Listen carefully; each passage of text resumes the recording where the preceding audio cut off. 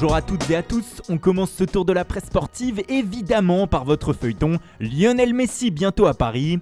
Hier dans la capitale française, c'était l'effervescence, des centaines de supporters attendaient l'arrivée de l'Argentin, que ce soit à l'aéroport du Bourget ou devant le Parc des Princes.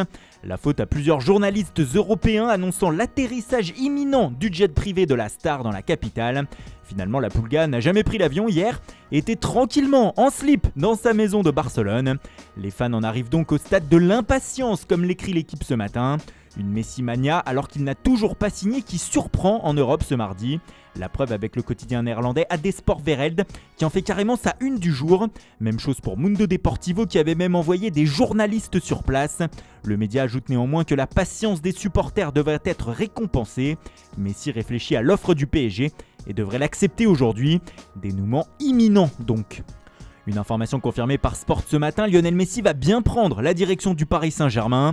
Les derniers détails sont en train d'être réglés et l'Argentin va pouvoir retrouver son pote Neymar en France, comme l'indique le média. Ce départ de Messi, on ne cesse de le répéter, est un immense coup dur pour le FC Barcelone. Mais comme le rapporte le média en bas de page ce matin, les malheurs du Barça sont loin d'être finis. Hier, on a appris que Sergio Agüero allait être éloigné des terrains pour 10 semaines, soit jusqu'en novembre pour une blessure au mollet. Du coup, Ronald Koeman réfléchit à demander un autre attaquant à Joan Laporta. Mais comme d'hab avec le club catalan, c'est le même refrain, il faut vendre avant d'acheter. Et vendre les indésirables comme Samuel Umtiti qui étudierait des offres venues de Turquie et de France.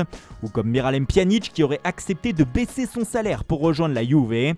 Ilaïch Moriba aussi devrait faire ses balises selon les Sportiu. Les négociations traînent en longueur pour la jeune pépite et désormais le Barça se résout à la possibilité de le vendre avant la fin de son contrat. Prix demandé selon la publication catalane entre 15 et 20 millions d'euros. Mais ce qui fait la une plus largement du média ce matin, c'est on y revient, Lionel Messi bien sûr, et plus globalement le Paris Saint-Germain. Le quotidien se pose une question légitime ce mardi. Comment le PSG peut-il payer toutes les stars en sa possession ou en sa future possession ? Au salaire mirobolant des Neymar, Mbappé, Di Maria, Verratti ou Marquinhos, se sont ajoutés cet été ceux de Sergio Ramos, Wijnaldum, Donnarumma et bientôt Messi. Certes, ils sont tous arrivés libres, mais la prime à la signature et les salaires à la fin du mois pendant plusieurs années ne sont pas à hauteur de 0€. Les Sportius se demandent aussi mais où est passé le fair play financier ? On va répondre à la publication catalane du coup. Le FPF n'existe quasiment plus. Vous pouvez le voir avec ce que font Manchester City, Chelsea et le PSG cet été. Et 2 de ces 3 clubs sont détenus par des États, ce qui répond à la première question sur le financement. El País nous résume tout cela en indiquant dans ses pages intérieures que Messi va arriver dans son royaume.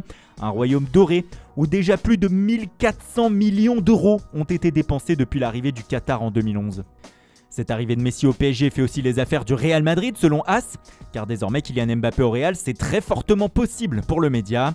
L'arrivée de l'Argentin pourrait le pousser vers la sortie, surtout que comme le rappelle le média, le Français avait demandé plus de responsabilités à son club il y a quelques années. Visiblement le PSG a pris une autre direction selon le quotidien, préférant baser son projet sur Neymar et Messi plutôt que sur lui.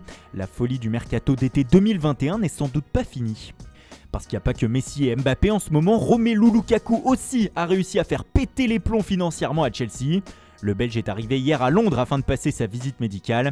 Et pour le Daily Mail, il va devenir le joueur le plus cher de l'histoire du foot.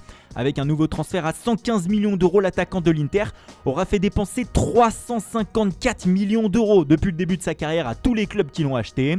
À savoir Chelsea déjà une fois, Everton, Manchester United, l'Inter et donc encore une fois les Blues. Les champions d'Italie qui vont devoir se remettre de ce départ et ils vont le faire en faisant signer dans un premier temps l'attaquant de l'AS Roma, Edin Dzeko, selon la Gazzetta dello Sport. Alessandro Florenzi, lui, va signer du côté de l'AC Milan. Mais ce n'est pas tout pour l'Inter, comme l'indique le Quotidiano Sportivo, Dzeko c'est fait, mais ce n'est pas fini. Un deuxième attaquant pourrait venir remplacer Lukaku. Et les Lombards ont 3 options, Joaquin Correa de la Lazio, Dusan Vlahovic de la Fiorentina et Duvan Zapata de l'Atalanta. Plus globalement, en Italie, c'est un véritable jeu de chaises musicales qui se met en place, car désormais la Roma doit remplacer Dzeko. Alors selon le Corriere dello Sport, José Mourinho aimerait bien attirer Tammy Abraham de Chelsea dans ses filets. Mais attention à la concurrence d'Arsenal sur ce dossier, selon le média.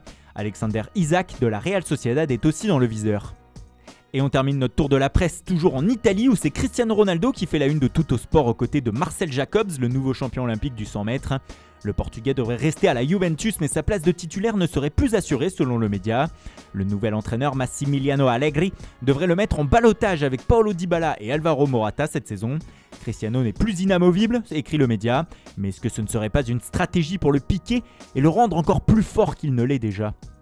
Voilà, c'est tout pour ce matin. Merci pour votre fidélité, bonne journée à tous et à tout à l'heure pour le JT Foot Mercato avec Guillaume Vigier.